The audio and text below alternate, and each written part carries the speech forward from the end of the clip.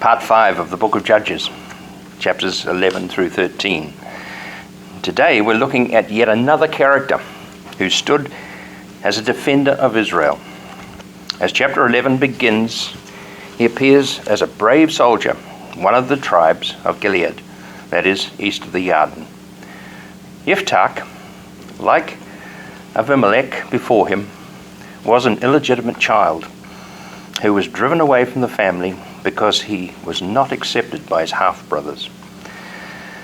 He gathered around him a gang of outcasts. Together, they engaged in many social disturbances. During that period, the king of Ammon was attacking the eastern tribes of Israel. Knowing his rebellious nature, they fetched Yiftak back to lead them into a war against the oppression of Ammon. But what was Yiftak's response? We're told in verses 7 and 9, "You hated me so much that you forced me to leave my father's house. Why are you coming to me now that you are in trouble? If you bring me home to fight the army of Ammon, and Yave defeats them for me, I will be your head."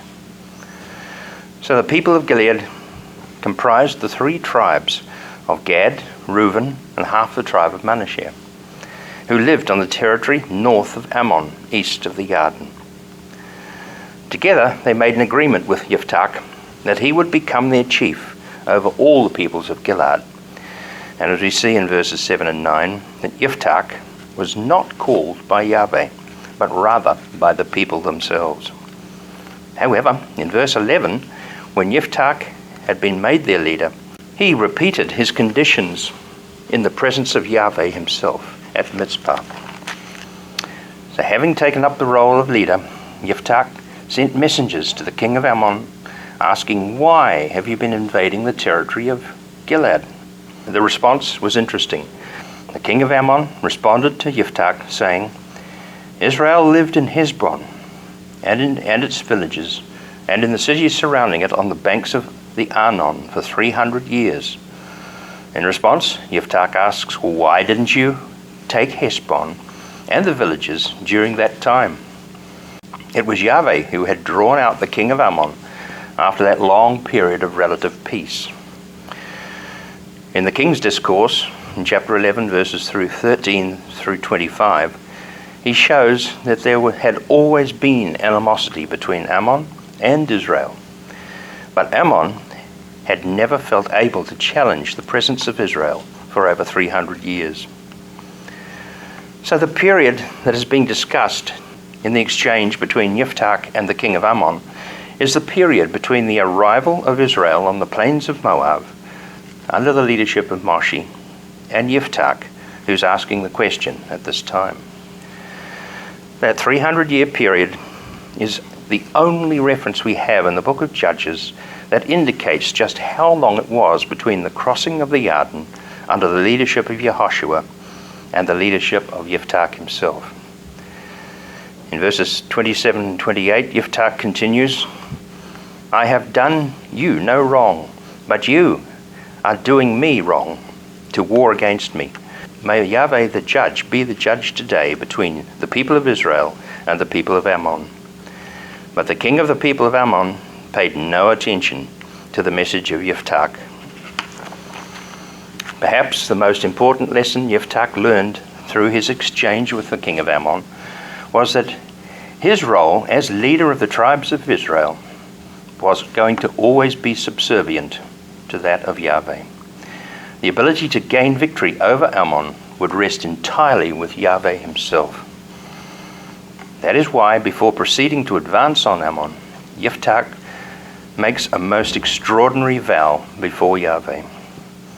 The wording of his vow is beyond belief, where he says in verses 30 through 31, "If you will hand over the people of Ammon to me, then whatever comes out of the doors of my house to meet me when I return in peace from the people of Ammon, it will belong to Yahweh. I will sacrifice it as a burnt offering." Was the vow an act of unreasoned impulse? It's hard to believe that it could be, for a man capable of taking on Ammon in battle that he would actually make a vow as a totally impulsive act. He must have realized that what would walk out of the door of his house, would be another human being. And he must have realized that it was most likely to be his own daughter. So why should he say that he would offer that person as a burnt offering? He must have known that Yave would never accept a human sacrifice. It still remains an unsolved mystery as to what he thought he was doing, and Scripture gives us no clue about his reasoning. In verses 32-33, his battle against Ammon was a complete success. All the people of Ammon were defeated before the people of Israel. Upon returning home, his vow before Yahweh broke his heart when he saw his only daughter come out the door to greet him. Verses 34-40 complete that chapter with the tragic narrative of how he had to carry through all the terms of his vow. But there is no indication given as to how Yahweh reacted to the human sacrifice being made in fulfillment of that unsolicited vow. This is a very strong message that we all need to consider. We don't make vows before Yahweh in prayer or otherwise without first carefully considering the likely consequences. Because once a vow has been made, it must be carried through if we're going to continue to have a relationship with Yahweh our God. A marriage vow, perhaps, is one of the most common vows that are made before Yahweh, and yet many end in divorce. While provision for that type of vow to be broken has been made, it still carries heavy consequences.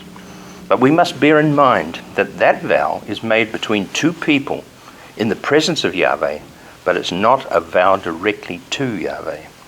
That's the difference between what we're saying in marriage and what Yiftach was saying to Yahweh himself. So moving on to chapter 12, having vanquished the forces of Ammon, Yiftach settled again in Gilead. In the absence of an external foe, the men of Ephraim began challenging Yiftach, accusing him of having excluded them from the forces that were selected to fight against Ammon. This is a repeat of what happened under the leadership of Gideon. When he went to war against the forces of Midian, Yahweh gave him just 300 men, while most of the men of Ephraim were all sent home. It was not because the men of Ephraim were incapable of fighting, but instead because Yahweh wanted a small, inept group to fight on his behalf, so that he would receive the glory, not the people of Israel. The men of Ephraim, on both occasions, wanted the right to defend the territory of Israel in their own name against the external forces, and on both occasions they had been stood down. Now they are venting their anger against Yiftach. They even threatened to burn down his house with him in it.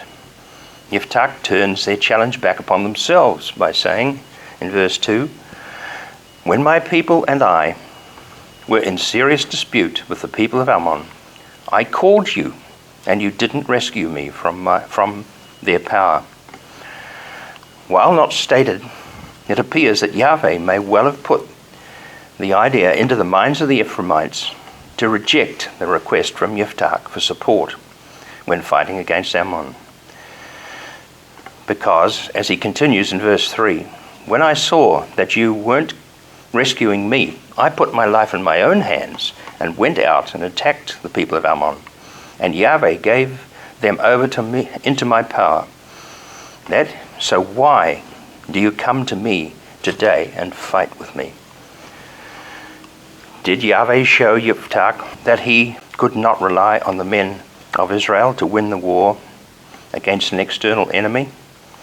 That appears to be the only explanation as to why Ephraim did such a thing and turn about towards Yiftach. The outcome was not good. Yiftach turned the men of Gilead upon Ephraim and defeated them. In verse 4, it seems to suggest that there was a long-standing bitterness between Ephraim and the 2.5 tribes that had actually set up camp on the eastern side of the Jordan many years before. Here we see a continuing internal conflict between the tribal communities. When there was no external enemy, the tribal cohesion began to break down and hatred developed between the relatives because there was no reason to fight together against a common enemy. The outcome of this intertribal conflict resulted in the men of Gilead refusing to allow Ephraim to cross back over the Jordan.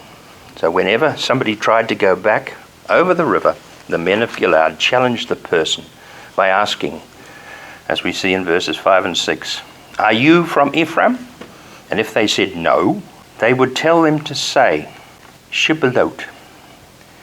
If they said Sibbolot, it was because they could not make their mouth pronounce the H.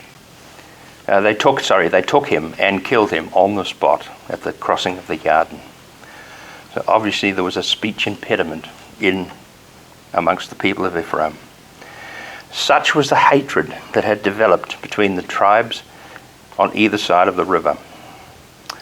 Verse 6 concludes with yet another unduly large number being suggested when it's speaking about the number of Ephraim that were actually killed while trying to flee across the Jordan. It suggests that 42,000 were killed. Anyhow, moving on, we see after Yiftak come 3 more minor judges.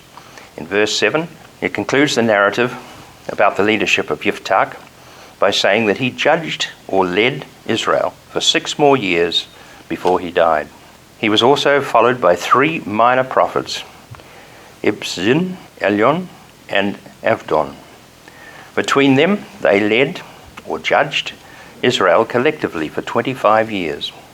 Apart from exaggerated number of children each supposedly fathered, there is nothing of importance mentioned about these 3 minor judges, which again brings us to the end of chapter 12. Then enters the last major judge. The saga of evil in the midst of Israel continued right through the period of those 3 minor judges. And in verse 1 of chapter 13, again the people of Israel did what was evil in the eyes of Yave, and Yave handed them over, this time, to Philistine for 40 years. As we saw in chapter 10, during the period when the tribes on the eastern side of the Jordan had been oppressed by Ammon, the western tribes were also being subjected to oppression from the Philistine, who were based in the region surrounding what we call today Gaza. Chapter 13 begins by saying, Yahweh handed Israel over to the Philistine for 40 years. It was during that time that the last major judge, Shimshon, or more commonly known as Samson, was raised up by Yahweh. This chapter gives an extended account of his life leading up to his birth, from conception to birth. And starting in verse 2, it says, "There was a man from the family of Dan, whose name was Manak, and his wife was childless. The angel of Yahweh appeared and told the wife of Manoah that she would give birth to a son, and he would be a Nazir for God for the whole of his life." So what does it mean to be a Nazir? It is explained in detail in Bamidbar or Numbers chapter 6.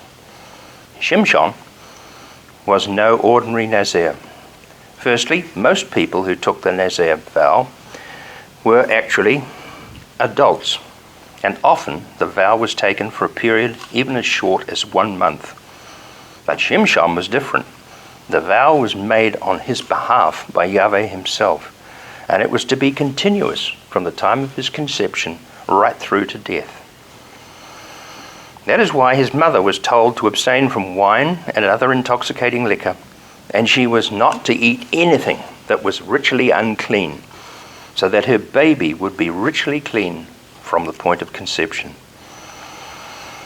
The angel of Yahweh said in verse 5, "He will begin to rescue Israel from the power of the Philistine."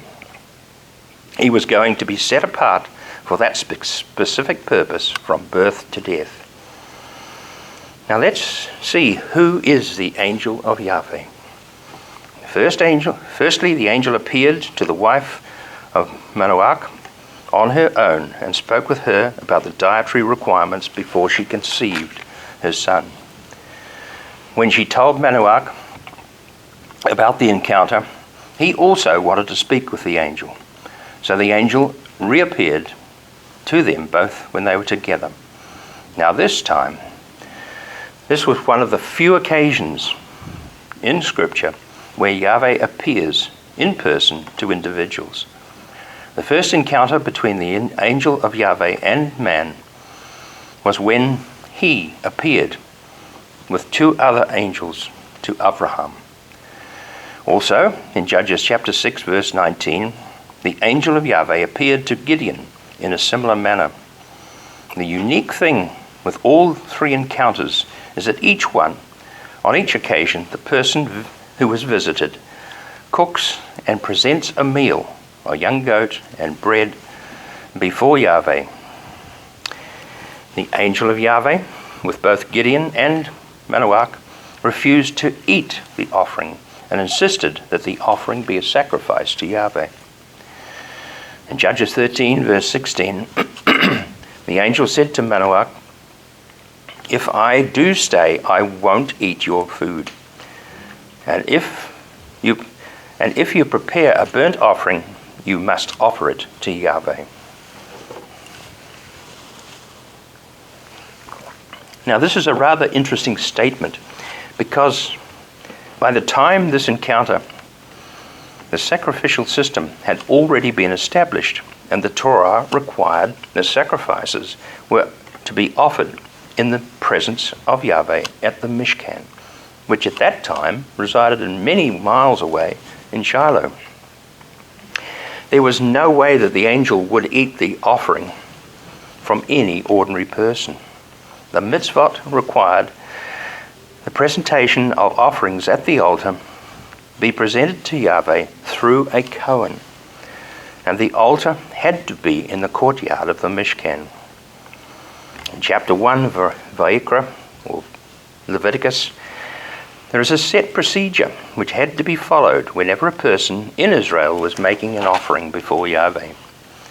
Further sacrifices could only be made at the altar in the front of the Mishkan. So the offering made by Gideon and Manoach were not at all in keeping with the requirements of Torah. Gideon was told to place his goat and matzah on a special rock. Then the angel touched the offering with a stick, burning up both the meat and the matzah, and immediately the angel of Yahweh disappeared from before his eyes.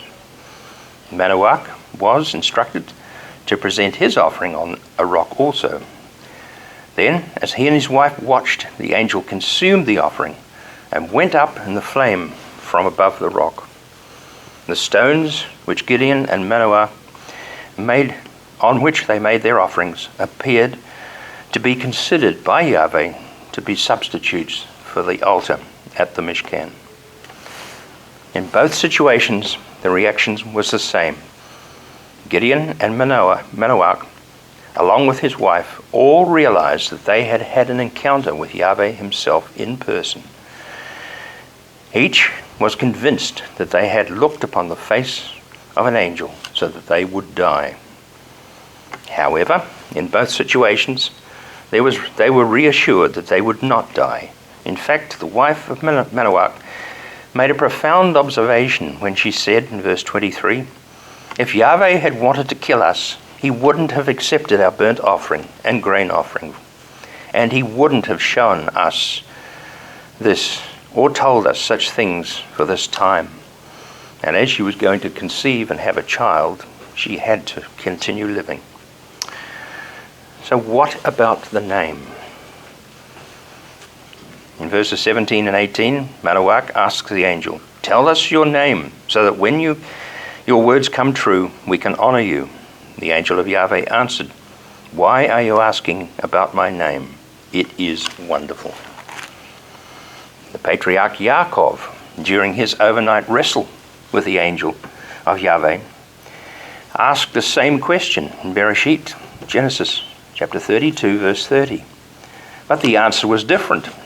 Yaakov asked him, "Please tell me your name." He answered, "Why are you asking about my name?" And he blessed him there. On that occasion, no name was given. Instead, Yaakov was given a blessing. So who is the angel of Yave? Wonderful, as a name does not reveal any identity of the angel. But it does appear from the way Abraham challenged Yave and the way Yaakov, Gideon, and Manoach confronted him. And we're not told his name. It appears, even though they still did not recognize who he actually was a pre-human form of Yeshua, appearing as an angel on many occasions. Much later in Scripture, we read in the book of Daniel that he was visited by the angel Gabriel in chapters 8 and 9. Gabriel appears twice also in Luke chapter 1 when Miriam was told that she was going to be the mother of Yeshua. The only other angel who ever appears by name is Michael, who was spoken about 3 times in the book of Daniel, where he was referred to as one of the chief princes. In Yaakov, or the book of Jude, letter of Jude, in verse 19, we see that Michael is referred to as one of the ruling angels. Finally, in Revelation chapter 12, verse 7, we're told that Michael and his angels battled with the red dragon and finally throwing the dragon out of heaven. However, this one that came to Gideon and Manoach is the angel of Yave. And his name was given as Wonderful. Finally, in chapter 13, it concludes with the words in verses 24 and 25, "The woman bore a son and called him Shimshon. The child grew, and Yahweh blessed him. The spirit of Yahweh began to stir in him when he was in the camp of Dan." The camp of Dan was strategically placed for Shimshon to do battle with the Philistine because it was situated just 25 kilometers west of Jerusalem. Chapter 13 concluded with a description of the location where Shimshon would live and work throughout his life. Next time, we will consider the life and times of Shimshon as we work our way through chapters 14 through 16. Shabbat Shalom.